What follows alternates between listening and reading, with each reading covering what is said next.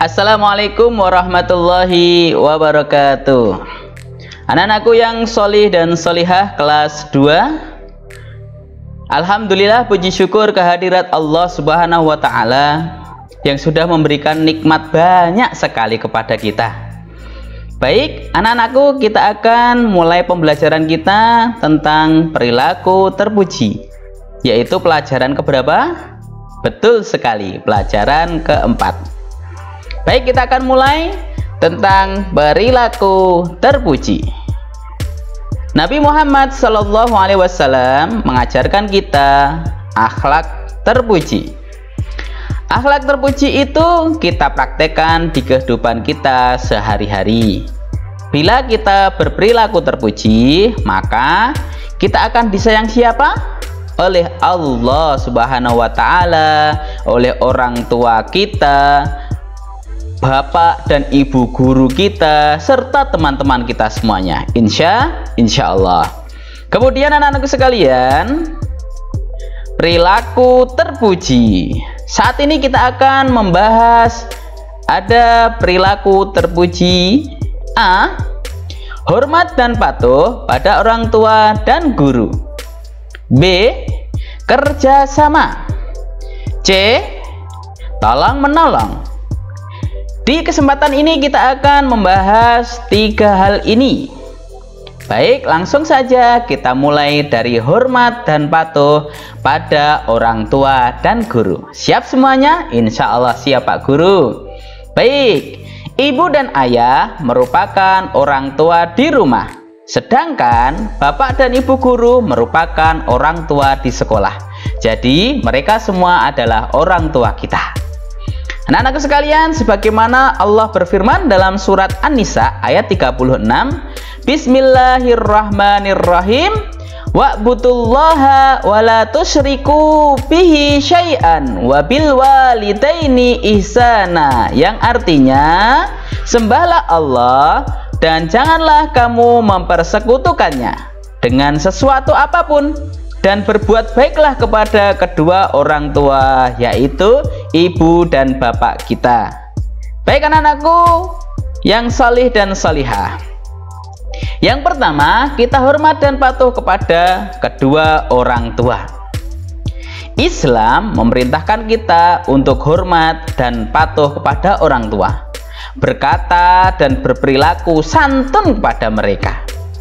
Kita harus patuh terhadap perintah dan nasihat orang tua. Sudah kan dilakukan? Insya Allah sudah. Baik, kita lanjutkan. Ada contoh ini. Contoh yang pertama, kita lihat ada teman kita sedang mengutarakan sesuatu kepada bapak ibunya. Kita bersikap sopan dan berkata yang baik, karena mereka sudah merawat, menjaga, mendidik, penuh kasih sayang. Kemudian, nah di sini ada teman kita sedang berpamitan. Benarkah mereka berpamitan? Ya, kita lihat. Kita minta izin atau berpamitan bila keluar rumah. Karena dengan begitu, orang tua kita merasa tenang, tidak bingung ketika kita tidak di rumah. Kemudian anak sekalian, yang kedua, hormat dan patuh kepada guru. Nah, di sini awalnya kita tidak tahu apa-apa. Atas jasa guru, seorang anak mengerti sesuatu dan memiliki ilmu. Kemudian, oleh karena itu, kita sebagai anak muslim harus hormat dan patuh terhadap guru. Bagaimana kita hormat dan patuh kepada bapak guru, ibu guru kita? Ya, ini dia contohnya. Yang pertama, ada bapak guru sedang di depan kelas. Ngapain ya? Kita lihat. Kita memperhatikan penjelasan guru. Dengan begitu, kita mudah mendapat ilmu. Kita bisa menulis, membaca, dan berhitung karena jasa bapak ibu guru kita. Kemudian yang berikutnya, guru adalah pengganti orang tua kita di sekolah.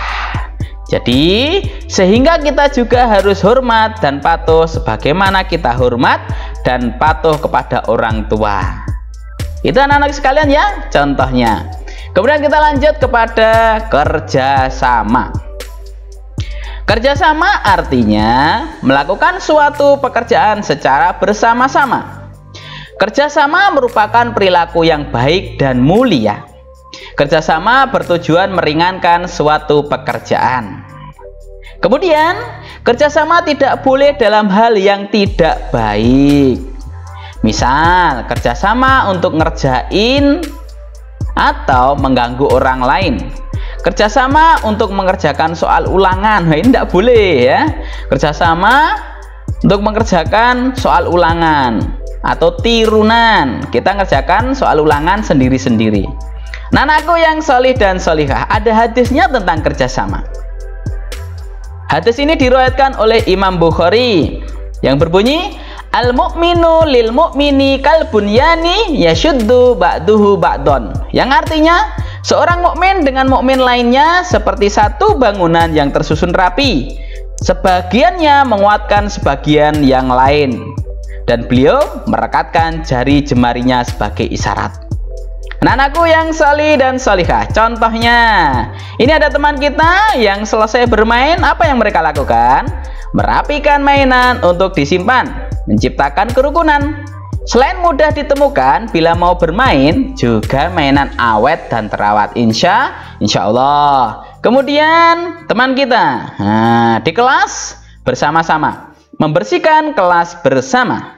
Dengan bekerja sama, maka akan lebih cepat selesai, lebih ringan dan mengasihkan. Sudah pernah praktek ya? Kita bekerja sama membersihkan kelas kita bersama-sama ya. Kemudian anak sekalian, yang berikutnya adalah tolong menolong. Tolong menolong artinya saling menolong atau saling membantu. Tolong menolong merupakan perilaku yang baik dan mulia. Tolong menolong dapat meringankan kesulitan orang lain. Tolong menolong tidak boleh dalam hal yang tidak baik. Misalnya apa Pak Guru? Nih misalnya tolong menolong mencuri mangga, bareng-bareng nyuri mangga tetangganya. Tolong menolong menyembunyikan buku temannya, bersama-sama menyembunyikan buku temannya supaya temannya kesulitan mencari. Tidak boleh ya. Kita harus tolong menolong dalam hal yang baik. Contohnya apa Pak Guru? Ini dia contohnya. Yang pertama yaitu membantu anak yang kurang mampu. Jadi kalau kita punya harta berlebih boleh membantu. Bantuan sekecil apapun pasti akan terasa besar bagi yang memerlukan.